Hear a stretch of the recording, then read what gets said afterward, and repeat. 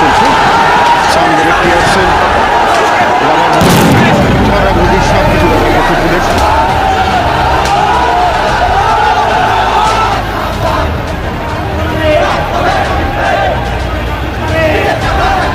আওয়ামী লীগ ও ছাত্রলীগের তাণ্ডবে উত্তাল রাজপথ।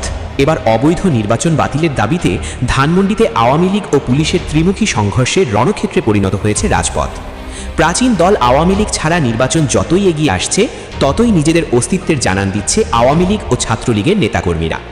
আওয়ামী লীগকে গুম, খুন ও গ্রেপ্তারের ভয় দেখিয়ে কখনোই দমিয়ে রাখা যায় না, কারণ আওয়ামী লীগ হলো ফিনিক্স পাখির মতো। যতই আঘাত আসুক, তারা উল্টো দ্বিগুণ ঝড়ের গতিতে ফিরে আসবে। আওয়ামী লীগ এত সহজে শেষ হয়ে যাওয়ার দল না। সঠিক সময় আসলে সেটির দাঁত ভাঙা জবাব দ্বিগুণ হারে ফিরিয়ে দেয়। তাই এবার বিতর্কিত নির্বাচন বাতিলের দাবিতে ধানমন্ডিতে পুলিশের ব্যারিকেড ভেঙে যাওয়ার চেষ্টা করলে, নেতাকর্মীদের ওপর পুলিশ লাঠিচার্জ করলে, এরপরে সেটি রূপ নেয় ত্রিমুখী সংঘর্ষে। বিপুল পরিমাণ নেতাকর্মীদের সমাগমে পুলিশ নিয়ন্ত্রণে আনতে না পেরে পিছু হটতে বাধ্য হয় এবং আওয়ামী লীগ ও ছাত্রলীগের ছোড়া ইট পাটকেলে আহত প্রায় 15 পুলিশ। এবার ধানমন্ডিতে নিজেদের সক্ষমতা দেখিয়ে দিল আওয়ামী লীগ ও ছাত্রলীগ।